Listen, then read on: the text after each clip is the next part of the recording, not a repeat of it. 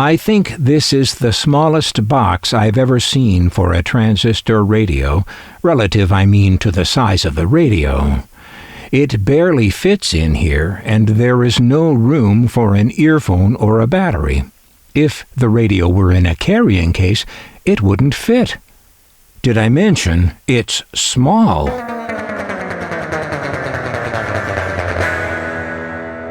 There's paper inside, though.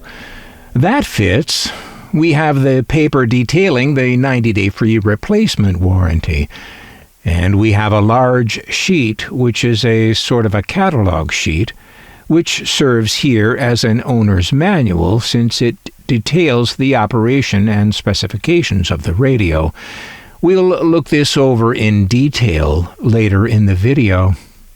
It's a 5-transistor radio made in Japan using Toshiba transistors. Now, this is a little strange since the company that made it made transistors themselves.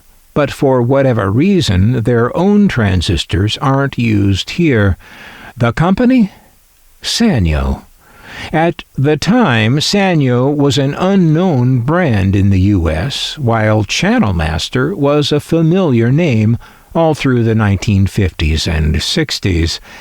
Sanyo was founded in Japan in 1947, but did not export to the United States under its own brand until 1970. Besides making Channel Master gear, Sanyo made tape recorders and radios for the brand Craig.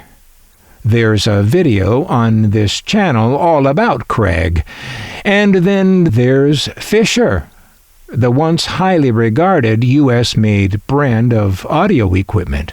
Fisher, the Fisher, was purchased by Sanyo in 1975, and the combination of that respected name and Sanyo's low pricing sold a lot of Fisher home stereo equipment in the 1970s, 80s, and beyond.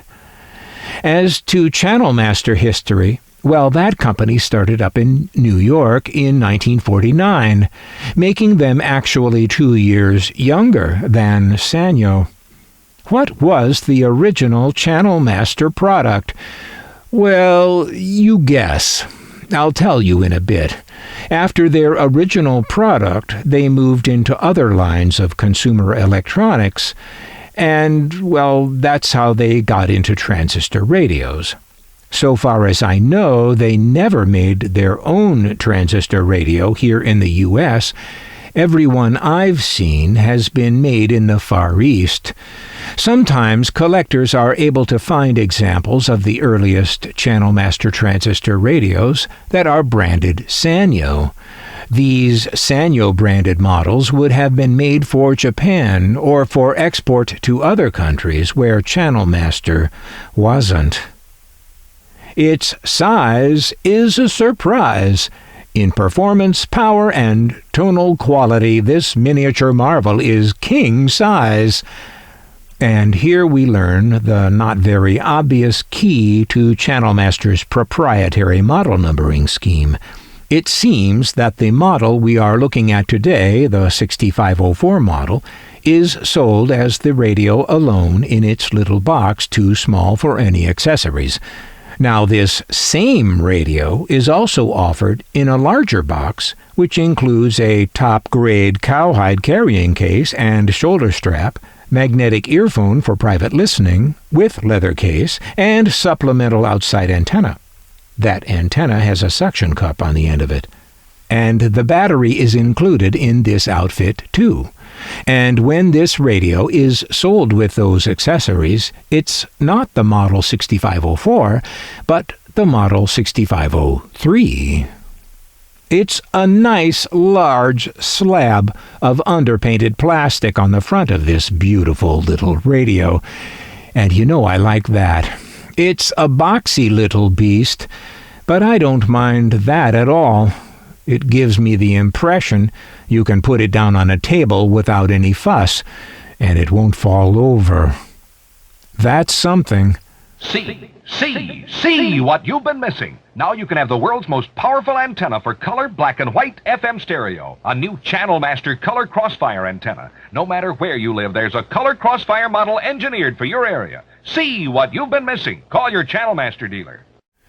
If you guessed that Channel Master's original product was the Rooftop TV antenna, you're right. As you can imagine, assembling and installing a TV antenna on the roof would be quite a challenge to the first people trying to figure out how to do it in the 1940s and 50s. What Channel Master's innovation was a prefabricated antenna that folded down more or less flat. That way, a homeowner or antenna installer no longer had to do a lot of assembly work precariously perched on a roof. The installer could just take the Channel Master antenna up on the roof in one piece, more or less flat, attach it to a vent pipe or chimney or whatever was up there on the roof, and unfold it.